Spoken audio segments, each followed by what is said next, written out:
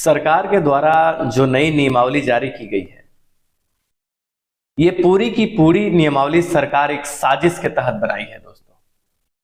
दोस्तों इस नियमावली को पढ़ने के बाद, अधिकारी के बयान के बाद बहुत सारे साथी खुश हैं, और वो इसलिए खुश है क्योंकि वो फेल है, क्योंकि उनके नंबर कम है, और उनके लिए ये बहुत अच्छा मौका उनको प्रतीत होता है। मेरे भाई, लेकिन तुम्हारे सामने सबसे बड़ा टारगेट जो है वो बीपीएससी है। दूसरी बात कि सरकार को स्कूलों से टीचरों की छंटनी करनी है। छंटनी तो समझते हैं, आप जानते हैं कि प्रधानाध्यापक शिक्षक भर्ती प्रक्रिया में जो प्रधानाध्यापक की वैकेंसी आई थी, जो 6000 आई थिंक 641 या समथिंग डाटा इसके आसपास था, 4000 प्रधानाध्यापक सिलेक्ट हुए थे। सरकार ऐसा प्रक्रिया क्यों की? क्योंकि सरकार को दिखाना है रोजगार, अपने बाइक चलाने के लिए एक शिक्षक का ड्यूटी लगा रखा करना है, पूरा का पूरा सफाया। सबसे महत्वपूर्ण देखिए, ये नई नियमावली जो सरकार लाई है, ये पूरा का पूरा प्रोपेगेंडा है, और हम शिक्षक अभ्यर्थियों को यही बात तो समझना होता है कि सरकार जो है वो हमारे साथ क्या करती है। विद्यालय अध्यापक सरकार इस नई नियमावली के प्रावधान में जिस बीपीएससी से परीक्षा की बात कही है, इस नियमावली के तहत ठीक है, अब जो अभी भी जेन्युइन कैंडिडेट है, जिनके मार्क्स है, वे अब तुम्हारे इस परीक्षा लेने से किसी को परेशानी नहीं है। लेकिन तुमने, इस सरकार ने जो पेपरों में जो बात आज छापी है, जो पेपरों में बात जो प्रिंट की है, पंचायत समिति शिक्षक और उस बात में उसने ये बात क्यों नहीं छापा है कि आपकी बीपीएससी से जो बहाली प्रक्रिया होगी वो 10 दिनों में शुरू करने जा रहे हैं। अगर एग्जाम लेनी है तुमको, एग्जाम प्रक्रिया करोगे, तुम बिहार को सुधारने चलो हो, मैट्रिक इंटर छाप आदमी, जो राज्य सरकार निर्धारित करेगी बीपीएससी, ये लोग जो बिहार सुधियाने की जो बात है दोस्तों, देखो हम राजनीतिज्ञ नहीं है दोस्तों, परीक्षा लेगी, आप बहाली प्रक्रिया में शामिल होने वाले हैं।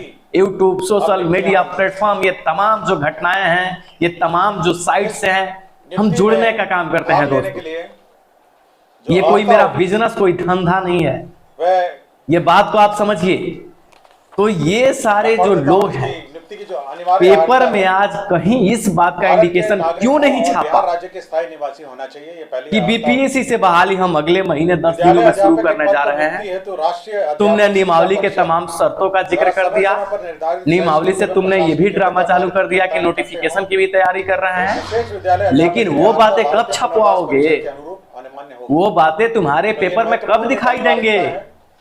बात सरकार द्वारा इतना ही होती तो चलता मेरे दोस्त। साथियों, सीटेट, बीटेट, एसटीईटी, 3 लाख रोजगार, हमको नहीं लगता है कि तुम 30,000 भी रोजगार दे पाओगे अपने सरकार में। ऐसा कुछ प्रतीत नहीं हो रहा है। देखिए, जितने लोग अभी बहुत ज्यादा खुश हैं, आपको पता है कि बीपीएससी बहाली कब करने जा रही है? आपको सरकार ने बताया है कि महीना 2 महीने बाद प्रक्रिया हम शुरू करने जा रहे हैं। आपको किसी ने कहा है कि बीपीएससी संस्था ही बहाली करेगी। ये दोगली तेगली जो नीति है इनकी, इस नीति में ये स्पष्ट क्यों वर्णन नहीं करते?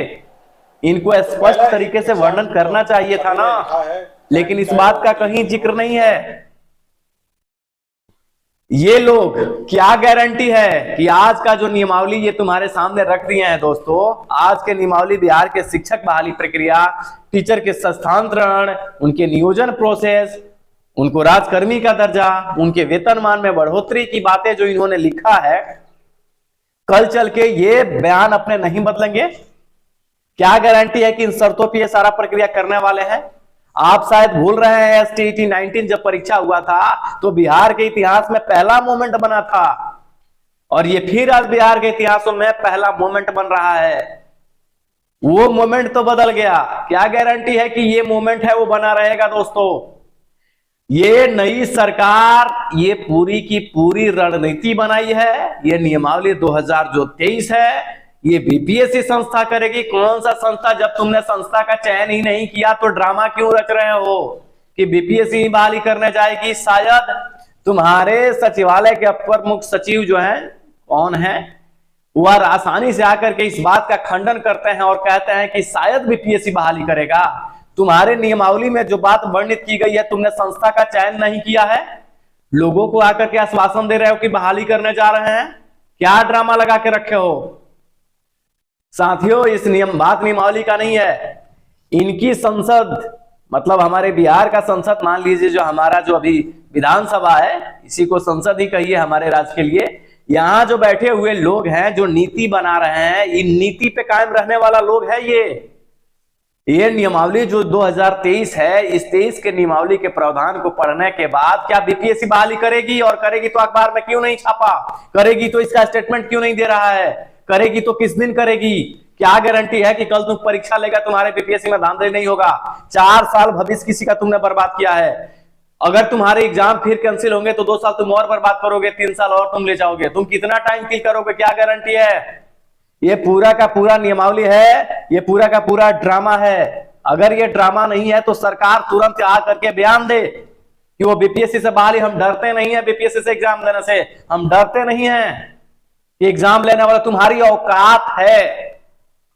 तुम अगर राजनीति नहीं कर रहे हो इसमें, तो अति शीघ्र तुम बीपीएससी से नोटिफिकेशन निकलवाओ, हमको कोई इससे दिक्कत नहीं है। और तुम्हारी अगर औकात है तो उस परीक्षा में धांधली नहीं करवाओगे।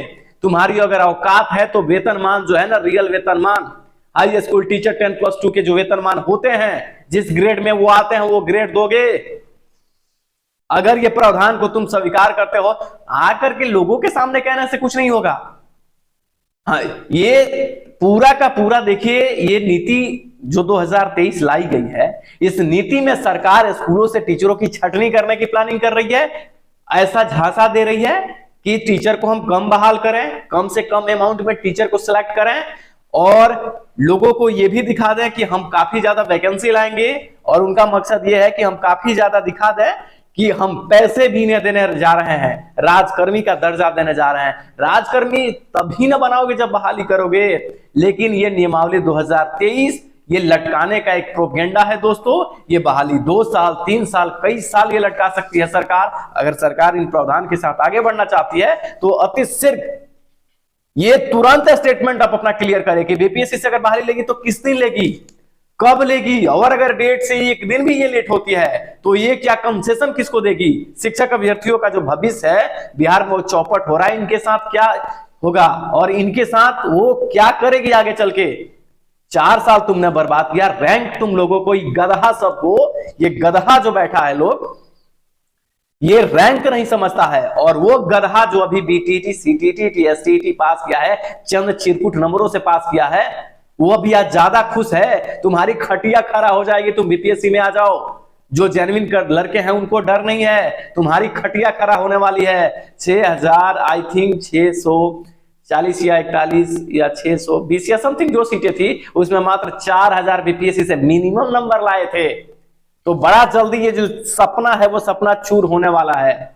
बहुत सारा सेटिंग वेटिंग हुआ है ना, खेल तो अब शुरू होने वाला है। हम तो ये चाहते हैं कि अगर ये महागठबंधन की दोगली नीति अगर बंद नहीं करेगा ये लोग, तो तेजस्वी और नीतीश, हम तो यही कहेंगे कि तमाम शिक्षक संघ, तमाम शिक्षक अभ्यर्थी, राजनीति मत खेलो तुम लोग यार। तुम लोग राजनीति से बचो, क्योंकि राजनीति हम ही लोग कर रहे हैं।